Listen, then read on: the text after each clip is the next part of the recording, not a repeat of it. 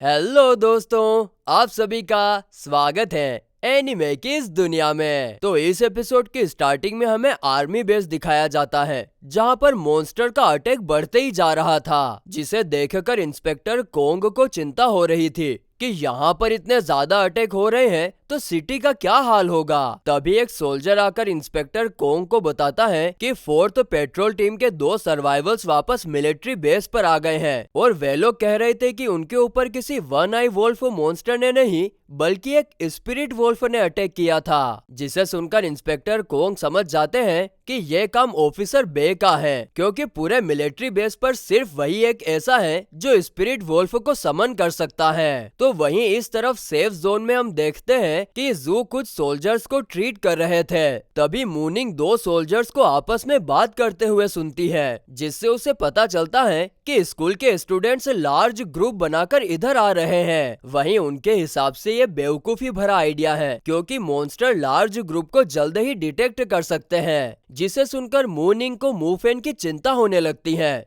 इसीलिए वो बाकी के लोगों की मदद करने के लिए जाने का डिसाइड करती है। लेकिन जू उसे रोककर कहता है कि तुम मेरी इकलौती बेटी हो, इसीलिए मैं तुम्हें नहीं खोना चाहता। साथ ही में वो बाकी के सोल्जर्स को ऑर्डर देता है कि मूनिंग को बिना उसकी परमिशन के सेफ जोन से बाहर ना जाने दिया जाए। जिसे सुनकर बेचारी मूनिंग कुछ नहीं कर पाती। तो इस तरफ मूफेन ऑफिसर बे की इविल हंसी और उसके बोलने के तरीके को देखकर समझ जाता है कि वो ब्लैक ऑर्डर ऑर्गेनाइजेशन के लिए काम करता है। जिसे ऑफिसर बे भी कंफर्म करते हुए कहता है कि मुझे तुम लोगों को मारने में कोई इंटरेस्ट नहीं है, मुझे सिर्फ अंडरग्राउंड होली स्प्रिंग की बोतल चाहिए। सो चुपचाप वो बोतल मेरे हवाले कर दो, वरना मैं तुम सबको मार कर भी उसे ले सकता हूँ। जिस पर अपना हीरो मूफेन कहता है, भग नहीं दे राजा। और वैसे भी याद रखो कि एक बार तो तुम्हारी स्पिरिट वोल्फ को खत्म कर चुका हूँ, तो दूसरी बार भी खत्म कर सकता हूँ। जिसे सुनकर ऑफिसर बे थैनोस की तरह चुटकी बजाता है, लेकिन इसके चुटकी बजते ही सारे लोग गायब नहीं होते,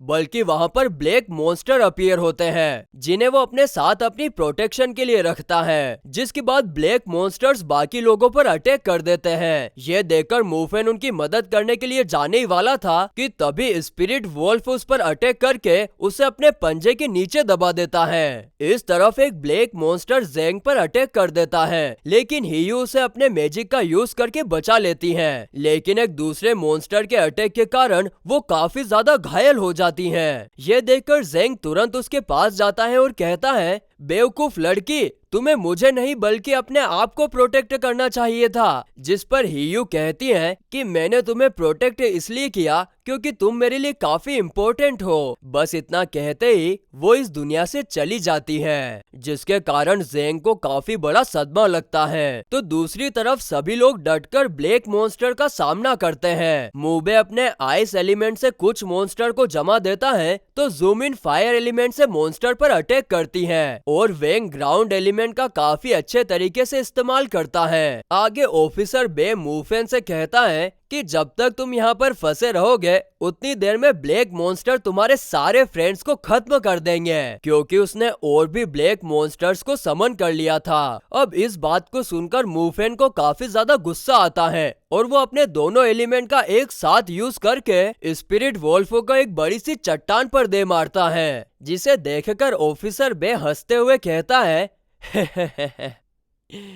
रियली में तुम सब लोग धीरे धीरे स्ट्रॉन्ग होते जा रहे हो, लेकिन फिर भी मेरे मॉन्स्टर्स के सामने ज्यादा देर तक टिक नहीं पाओगे। वहीं आसपास की हालत देखकर मूफेन को भी इस बात का अंदाजा हो गया था, इसीलिए वो अंडरग्राउंड होली स्प्रिंग की बोतल को बाहर निकालता है। जिसे देखकर ऑफिसर बे को लगता है कि मूफेन अब उसे बोतल देने ही वाला है, लेकिन ऐसा कुछ नहीं होता, क्योंकि मूफेन पहले उसे किलर स्माइल देता है और उसके बाद बोतल ओपन करके अंडरग्राउंड होली स्प्रिंग का सारा पानी पीने लगता है। जिसे देखकर टीचर, स्टूडेंट्स और ऑफिसर बे हैरान रह जाते हैं और साथ ही में ऑफिसर बे को काफी ज्यादा गुस्सा आ रहा था, जिसके चलते वो अपने स्पिरिट वोल्फ से मूफेन को हमेशा के लिए खत्म करने के लिए कहता है। जिसे सुनकर मूफेन लेवल 2 के लाइटनिंग एलिमेंट का यूज करता है। जिसे देखकर ऑफिसर बे कहता है कि भले तुम स्ट्रॉन्ग हो गए हो, लेकिन मॉन्स्टर के सामने टिक नहीं पाओगे।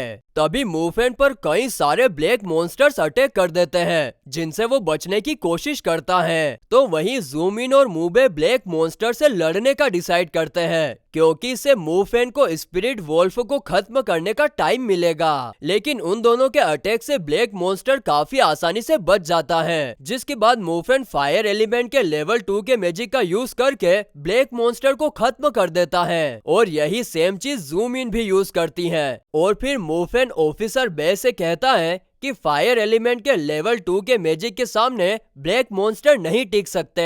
तभी स्पिरिट वोल्फ रिकवर होकर जूम इन पर अटैक कर देता है, जिससे वो काफी ज्यादा जख्मी हो जाती है। और उसके बाद स्पिरिट वोल्फ मूवमेंट पर भी अटैक कर देता है, लेकिन वो उससे अपने आप को बचा लेता है। वहीं जब सारे स्टूडेंट्स ब्लैक मॉन्स्टर से लड़ने में बिजी थे, तब हम टीचर को रेंगते हुए देखते हैं। दरअसल वो ऑफिसर बे की तरफ जा रहे थे, क्योंकि उनका मानना है कि समन बीस्ट को खत्म करना है तो हमें उसे समन करने वाले इंसान को खत्म करना चाहिए, जिसके कारण समन बीस्ट ऑटोमेटिक गायब हो जाएगा। इसीलिए वो ऑफिसर बे के पीछे जाकर उस पर अपनी लाइट एलिमेंट का यूज करता है और उससे ऑफिसर बे कुछ टाइम के लिए फ्रीज हो जाता है। और यही सेम चीज उसके स्पिरिट वोल्फ के साथ भी होती है, जिसका फायदा उठाकर मूवमेंट लेवल 2 फायर और लाइटनिंग एलिमेंट का एक साथ यूज करके उसके ऊपर अटैक कर देता है। तो इस तरफ ऑफिसर बे अपने आप को बचाने के लिए एक और ब्लैक मॉन्स्टर समन करता है, जिसे देखकर एक बार फिर टीचर लाइट एलिमेंट का उसके ऊपर यूज करते हैं। लेकिन ब्लैक मॉन्स्टर को इससे कोई फर्क नहीं पड़ता, जिस पर ऑफिसर बे कहता है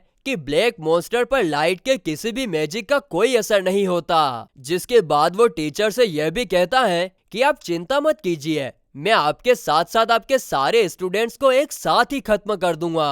आगे वो और भी कुछ कहने ही वाला था कि तभी मूबे आइस से बनी हुई स्वॉर्ड का यूज करके उसके ऊपर अटैक कर देता है, जो कि लेवल 2 का मैजिक था। और इससे ऑफिसर बे अपने आप को नहीं बचा पाता।